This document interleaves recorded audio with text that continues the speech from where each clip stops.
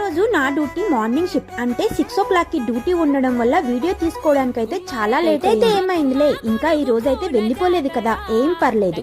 ఈ రోజు నవరాత్రుల్లో 7వ రోజు అంటే కలర్ ఆరెంజ్ కలర్. నా దగ్గర ఉన్న ఈ ఆరెంజ్ కలర్ శారీని అయితే స్టైల్ చేశాను.